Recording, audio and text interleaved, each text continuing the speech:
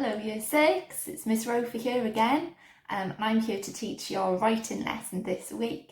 But before we start, I just want to say really well done to those children who have been going on Spelling Shed, who have been doing some writing and sending those in to us via email. It's been really fantastic to see everything you've been getting up to, and I know that some of you have been working really hard, so keep it up. We love seeing examples of your work. Okay, so before we start, you're going to need a piece of paper, a notebook, a pen or a pencil, whatever you have at home really. And this lesson today is going to be helping you with the home learning tasks on your Stormbreaker home learning grid. Okay, so our LO for today is to use punctuation for parenthesis. Now, this is something that we've already done in class in Year 6. We've used punctuation for parenthesis in lots of our writing over the course of the year so far. So I'm hoping you'll already remember a little bit about it. And this is just a little bit of a refresher, a bit of a recap to get you going in your home learning this week. Okay, so to get us started, I've just got a sentence here that could be used to describe the home learning, where you have to describe the scene where Alex Rider cycles really quickly to the scrapyard. So my sentence is, Jack Starbright watched in confusion as Alex sped away. So what I can do to this sentence is add punctuation for parenthesis to add some extra information about the character Jack Starbright. So what I've done here is I've added my brackets and I've got this extra bit of detail about Jack's character in the brackets.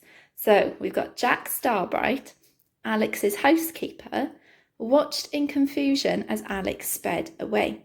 Now the important thing about punctuation for parenthesis is that you should be able to take this extra information out of the sentence and the sentence should still make sense without it. So let's just check that. Jack Starbright watched in confusion as Alex sped away. Yeah, that still makes sense, doesn't it? So I can pop that back in. I know that I've used punctuation for parenthesis correctly. So here I've got another example. Alex Rider jumped on his bike. Now, before I put my extra information in using punctuation for parenthesis, can you have a little think? Maybe pause the video now. How would you expand this sentence and insert some punctuation for parenthesis? What could your extra detail be?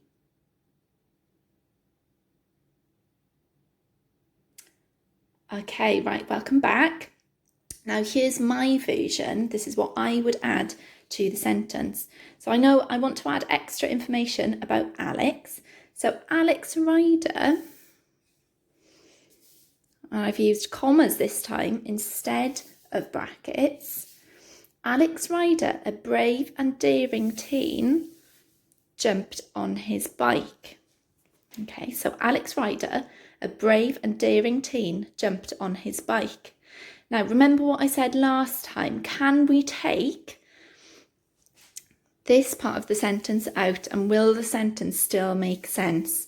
So Alex Rider jumped on his bike. Yes, that still makes sense, doesn't it? So I can pop that back in and I know that I've used the punctuation for parenthesis correctly.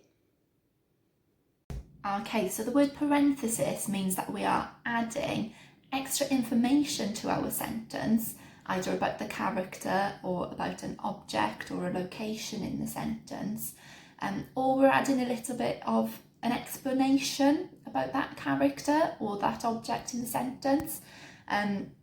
So it's really good to add just that little bit more detail in our sentences. Okay, so we've looked at using brackets, we've looked at using commas to add that extra detail, and now we're going to look at the third type of punctuation, and that is to use dashes. So what I'm going to do in this sentence, I'm going to show you, is to use dashes to show a little bit of show not tell about Alex's character. So I'll show you what I mean now once I start writing. So I'm going to start with at the scrapyard.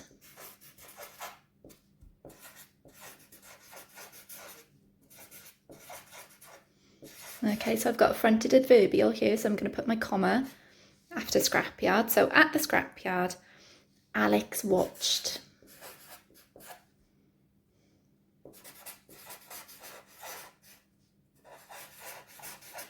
And I'm going to put some dashes here because I want to explain, give that extra detail to show how exactly he's feeling in that moment. So Alex watched, dash, his heart thumping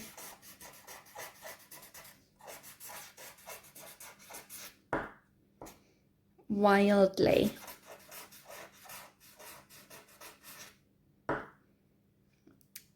And I'm going to put finishing my second dash there to show that this is my parenthesis. So at the scrapyard, Alex watched, his heart thumping wildly. Now this is show not tell because I'm not saying, oh, Alex was really scared.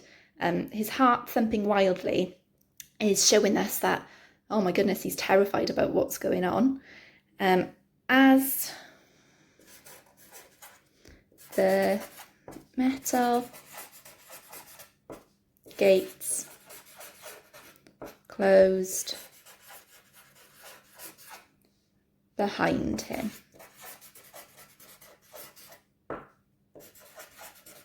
And then I'm remembering, of course, a full stop at the end. Okay, so at the scrapyard, Alex watched, his heart thumping wildly as the metal gates closed behind him. Okay, so some of you might be thinking, well, when do I use commas? When do I use dashes? When do I use brackets? How do I choose which one to use? Well, it's basically, that's a writerly decision for you to make. As a general rule, if you've got loads of commas in your sentence already, it's better to either use dashes or brackets because that can be a little bit clunky and a little bit confusing for the reader when they're reading through your writing. And usually when we use brackets or dashes, it makes that information, that added detail, stand out a little bit more for the reader. So if you really want to draw attention, or perhaps to create a little bit more of a pause in your sentence, perhaps for, a bit of drama or a bit of suspense, especially with dashes, then that's up to you to decide whether that's what you want to do in your writing. Okay, so you better get your pens and pencils and your paper ready because it's your turn now.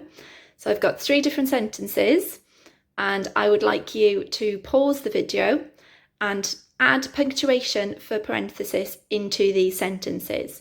So the first one is Jack shouted at the thieves. Number 2, the bike stopped just in time. And number 3, the white van waved through the streets at high speed. Okay, good luck. Okay, welcome back. How did you get on? It would actually, if you'd like to email in your examples into our Year 6 email address so we can have a look through and check them, if you'd like to do that, we would be more than happy to look over your sentences. So I'm just going to go through some ideas that I put together that you could use for these sentences. So my first one was Jack, feeling panic rise in her throat, shouted at the thieves. Okay, so I've used commas there to add my extra detail. Number 2, I've decided to use dashes this time. So the bike, brakes screeching, stopped just in time. And then number 3, the white van containing Ian Ryder's possessions waved through the streets at high speed. Okay, so you can see that in this sentence, I'm not really adding a lot of drama or suspense to the sentence by adding in the parenthesis.